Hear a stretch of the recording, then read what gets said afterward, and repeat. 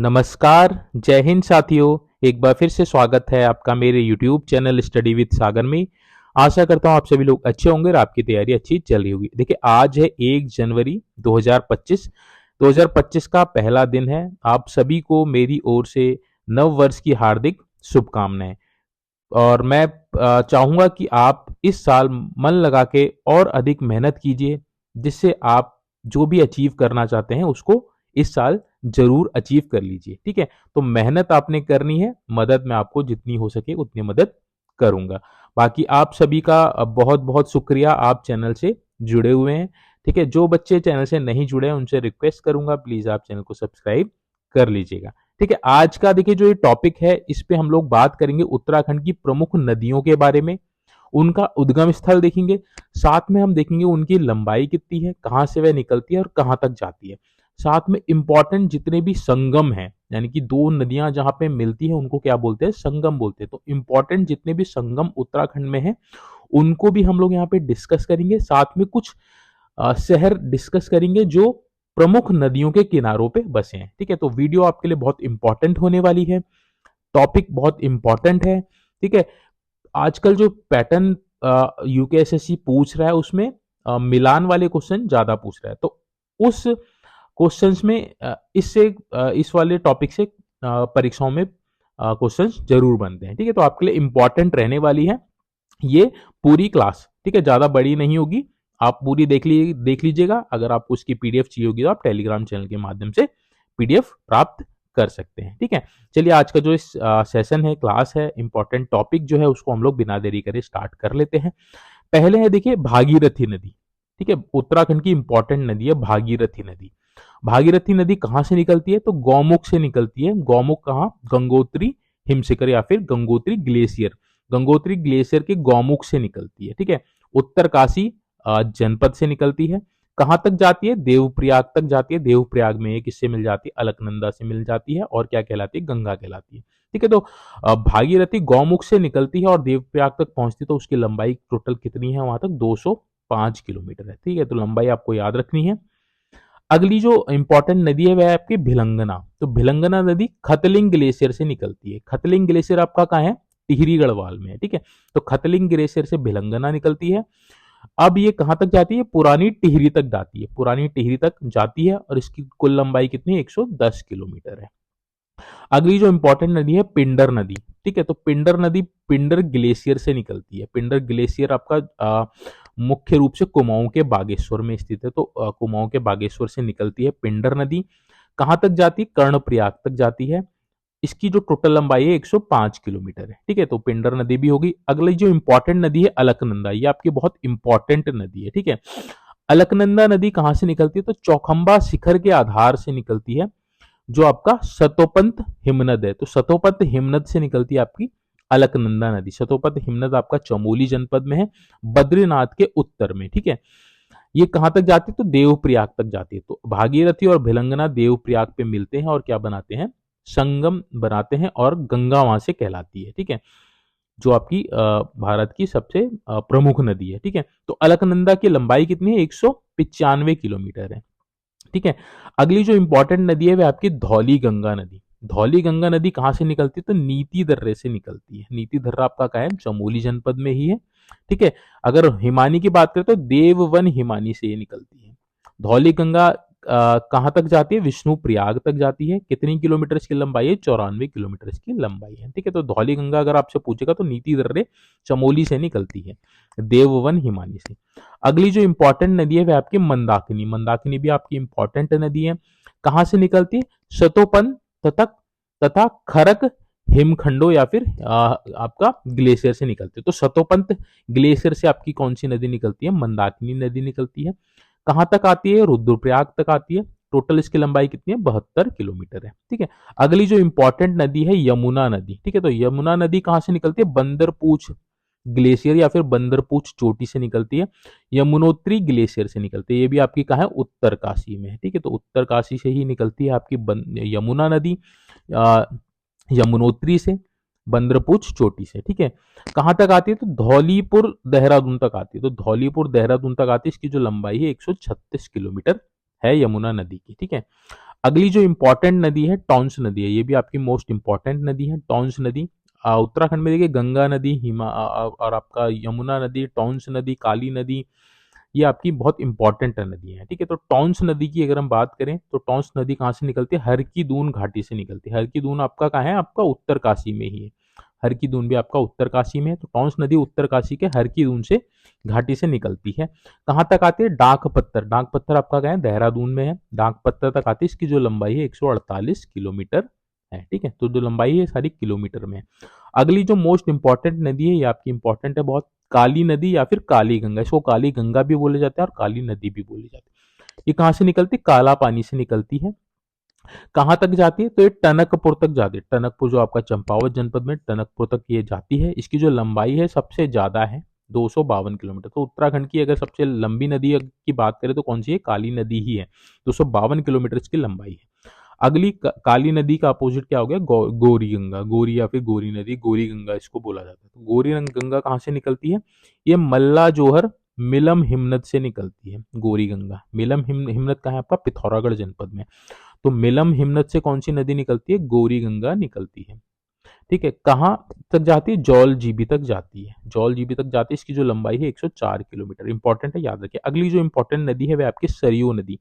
सरयू नदी कहाँ से निकलती है? बागेश्वर से निकलती है, बागेश्वर के सरमूल से निकलती है। ठीक है, तो मेन आपने ये याद रखना है, सरयू जो नदी है आपकी बागेश्वर नदी से निकलती है। ठीक है, कहाँ तक जाती है? पंचेश्वर से जाती है और 146 किलोमीटर इसकी लंबाई, अच्छी खासी लंबाई इसकी भी है। ठीक है, अगली जो इंपॉर्टेंट नदी है वह आपकी लधिया नदी। लधिया नदी कहाँ से निकलती है? तो गजार से निकलती है। पिथौरागढ़, अल्मोड़ा व नैनीताल का जो मिलन बिंदु है गजार। ठीक है, लधिया नदी वहां से निकलती है। पिथौरागढ़, अल्मोड़ा और नैनीताल का जो मिलन बिंदु है गजार एक जगह है, वहां से लधिया नदी निकलती है। कहाँ तक जाती है? चूका तक जाती है, 52 किलोमीटर इसकी लंबाई है। अगली जो इंपॉर्टेंट नदी है वो गौला नदी। गौला नदी आपने सुना होगा, गौला पार सुना होगा हल्द्वानी में। तो गौला नदी आपकी कहाँ से निकलती है? तो पहाड़ पानी से निकलती है। पहाड़ पानी नैनीताल से निकलती है। गौला नदी इंपॉर्टेंट है, इसको याद रखिएगा आप। गौला नदी पहाड़ पानी नैनीताल से कहाँ तक जाती है? तो किच्छा तक जाती है, 102 किलोमीटर इसकी लंबाई, ये भी इंपॉर्टेंट है। अगली जो इंपॉर्टेंट नदी है वो आपकी भिलंगना नदी। भिलंगना नदी शायद हम लोगों ने ऊपर भी डिस्कस किया, खतलिंग ग्लेशियर से निकलती है, पुरानी टिहरी, 110 किलोमीटर इसकी लंबाई है। अगली जो इंपॉर्टेंट नदी है वो आपकी कोसी नदी, ये भी आपकी इंपॉर्टेंट नदी है। कौसानी बागेश्वर से निकलती है। ठीक है, कौसानी बागेश्वर से निकलती कौसानी सुल्तानपुर तक जाती है और 168 किलोमीटर इसकी लंबाई, इसकी लंबाई भी अच्छी खासी है कोसी नदी की। ठीक है, अगली जो इंपॉर्टेंट नदी है वह आपकी रामगंगा पश्चिमी। ठीक है, तो रामगंगा पूर्वी और रामगंगा पश्चिमी अलग है। तो पश्चिमी की बात करें अगर रामगंगा, तो दूधातोली से निकलती है। ठीक है, कहाँ तक जाती है? कालागढ़ तक जाती है, 155 किलोमीटर इसकी लंबाई है। तो रामनगर पश्चिमी कहाँ से निकलती है? दूधातोली पर्वत से निकलती है। रामगंगी गंगा पूर्वी रामगंगा पूर्वी नदी कहाँ से निकलती है? तो नामिक ग्लेशियर से निकलती है। ठीक है, नामिक से आपकी पूर्वी और दूधातोली से आपकी पश्चिमी। ठीक है, कहाँ तक जाती है? मुंशियारी तक जाती है, 108 किलोमीटर इसकी लंबाई है। अगली जो इंपॉर्टेंट नदी है वह आपकी गंगा नदी। गंगा नदी आपकी देवप्रयाग से निकलती है, यानी कि जो मैंने आपको बताया था अलकनंदा और भागीरथी के संगम होता है आपका देवप्रयाग में। ठीक है, तो वहां से क्या कहलाती है? गंगा कहलाती है। तो गंगा की जो लंबाई है कितनी है? 96 किलोमीटर है, हरिद्वार तक की बहती है। ठीक है, तो हरिद्वार तक जाती है गंगा नदी। तो इतनी, ये सारी जितनी भी नदियां यहाँ पे मैंने आपको बताया ये सारी इंपॉर्टेंट है, इनको जरूर आप याद कर लीजिएगा। अगला है देखिए उत्तराखंड में नदियों का संगम। तो इंपॉर्टेंट जो संगम है उनको हम लोग यहाँ पे डिस्कस करने वाले हैं, क्योंकि संगम से क्वेश्चन पूछा जाता है परीक्षा में। ठीक है, तो देखिए ये विष्णु गंगा और अलकनंदा का जहाँ संगम होता है वहां वो संगम स्थल क्या कहलाता है? विष्णु प्रयाग कहलाता है। तो विष्णु प्रयाग यानी कि विष्णु से तो आपकी विष्णु गंगा आ जाएगी, विष्णु गंगा में आपकी अलकनंदा मिल गई, तो क्या कहलाया आपका?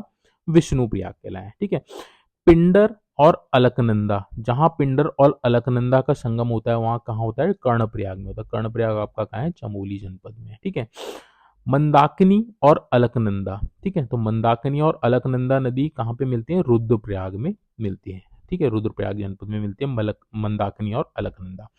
अलकनंदा और सरस्वती नदी जहां मिलती है वहां पे कौन सा संगम है? केशव प्रयाग है। इंपॉर्टेंट है, याद रखिएगा। तो ये जितने भी प्रयाग यहाँ पे आपको बताएं, विष्णु प्रयाग मैंने आपको बताया विष्णु और अलकनंदा के संगम पे, कर्ण प्रयाग आपका पिंडर और अलकनंदा के संगम पे, रुद्र प्रयाग आपका मंदाकिनी अलकनंदा के संगम में, और अलकनंदा और सरस्वती के संगम पे केशव प्रयाग हो गया। ठीक है। अगली जो संगम है आपका नंदाकिनी व अलकनंदा, नंदाकिनी से आपका क्या हो गया? नंद प्रयाग हो गया। तो नंद प्रयाग में क्या मिलता है आपका? नंदाकिनी और अलकनंदा नदी मिलती है। ठीक है। अगली जो नदी है सोन गंगा व मंदाकिनी, सोन गंगा यानी सोन से आप देख लीजिए सोन प्रयाग, सोन प्रयाग में किसका संगम होता है? सोन गंगा का संगम होता है किससे? मंदाकिनी से होता है। तो ये भी आपको इजीली याद हो जाएगा। अगला आपका धौली गंगा और अलकनंदा, ये आपका धौली गंगा और अलकनंदा की अगर हम बात करें तो ये इसमें थोड़ा सा डाउट है धौली गंगा, क्योंकि जो आपका अलकनंदा और विष्णु गंगा का संगम होता है विष्णु प्रयाग पे। ठीक है। तो इसको मैं डाउट आपका क्लियर कर दूंगा, धौली गंगा और अलकनंदा का संगम कहाँ पे होता है। अगला जो पॉइंट है आपका भागीरथी व अलकनंदा, तो भागीरथी व अलकनंदा कहाँ पे मिलती है? देवप्रयाग पे मिलती है, और क्या कहलाती है? गंगा कहलाती है। दो देवप्रयाग में किसका संगम होता है? भागीरथी और अलकनंदा नदी का संगम होता है। ठीक है। इसको सास बहू भी बोला जाता है। ठीक है। सास बहू भी बोला जाता है, भागीरथी आपकी सास और अलकनंदा आपकी बहू। टॉन्स व यमुना नदी का संगम कहाँ होता है? कालसी में होता है। ठीक है। तो कालसी आपका कहाँ है? देहरादून जनपद में। कालसी में आपका अशोक शिला लेख भी मिला है, आपको पता है। तो किस नदी के संगम पे है कालसी? टॉन्स व यमुना नदी के संगम पे। जहाँ काली और गौरी गौरी गंगा का संगम होता है वो जगह कौन सी है? जौलजीबी। ये आपका इंपॉर्टेंट है, याद रखिए। जौलजीबी में काली और गौरी गंगा नदी का संगम होता है। धौली गंगा व काली गंगा, तो धौली गंगा से काली गंगा जब मिलती है तो क्या बनता है वहां पे? तवा घाट पे। तवा घाट आपका पिथौरागढ़ जनपद है। तवा घाट में किस नदियों का संगम है आपका? धौली गंगा और काली गंगा में। ठीक है।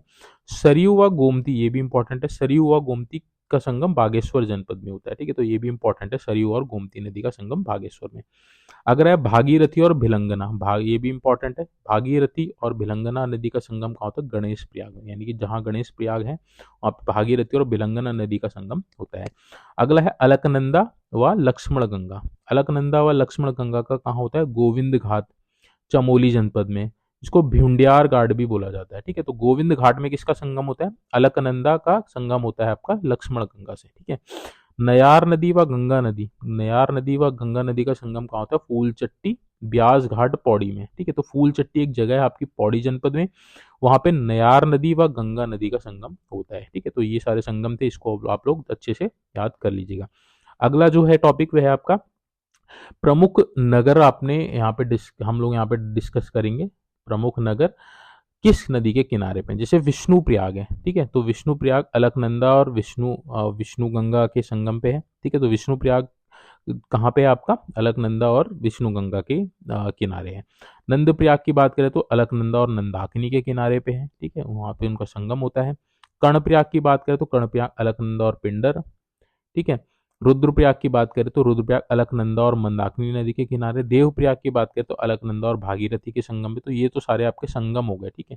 विष्णु प्रयाग, नंद प्रयाग, कर्ण प्रयाग, रुद्रप्रयाग, देवप्रयाग। तो ये आपको पांचों प्रयाग याद होने चाहिए। विष्णु प्रयाग आपका अलकनंदा और विष्णु गंगा, नंद प्रयाग अलकनंदा नंदाकिनी, कर्ण प्रयाग अलकनंदा पिंडर, रुद्रप्रयाग में अलकनंदा और मंदाकिनी, और देवप्रयाग में अलकनंदा और भागीरथी। तो अलकनंदा तो यहाँ सारी ही कॉमन, एक ही जगह ही कॉमन है। ठीक है। तो विष्णु मिल गए तो विष्णु प्रयाग हो गया, नंदाकिनी मिल गई तो नंद प्रयाग हो गया, पिंडर मिली तो कर्ण प्रयाग हो गया, मंदाकिनी मिली तो रुद्र प्रयाग हो गया, और भागीरथी मिली तो क्या हो गया? देव प्रयाग हो गया। ठीक है। अगला है देखिए हरिद्वार। हरिद्वार जो आपका नगर है आपका किस नदी के किनारे है? तो गंगा नदी के किनारे। ये तो आप सभी को पता होगा। ऋषिकेश की बात करें तो ऋषिकेश गंगा व चंद्रभागा, गंगा व चंद्रभागा नदी के तट पर है आपका ऋषिकेश। ठीक है। श्रीनगर की बात करें तो श्रीनगर नगर आपका अलकनंदा नदी के किनारे पे। केदारनाथ ये इंपॉर्टेंट है, मंदाकिनी नदी के किनारे है। ठीक है। क्वेश्चन पूछता है कि केदारनाथ आपका किस नदी के किनारे है? तो मंदाकिनी नदी के किनारे। कौसानी, कौसानी आपका कोसी नदी के किनारे, क्योंकि कौसानी से ही आपकी निकलती है। टनकपुर जो है आपका ये इंपॉर्टेंट है, काली नदी जिसको शारदा नदी भी बोला जाता है। तो टनकपुर वाला इंपॉर्टेंट है, याद रखिएगा। टनकपुर आपका शारदा नदी या फिर काली नदी के किनारे है। गंगोत्री आपका भागीरथी व केदारनाथ केदार गंगा के किनारे। जोशीमठ की बात करें तो जोशीमठ आपकी अलकनंदा। ठीक है। जोशीमठ आपकी अलकनंदा नदी के किनारे हैं।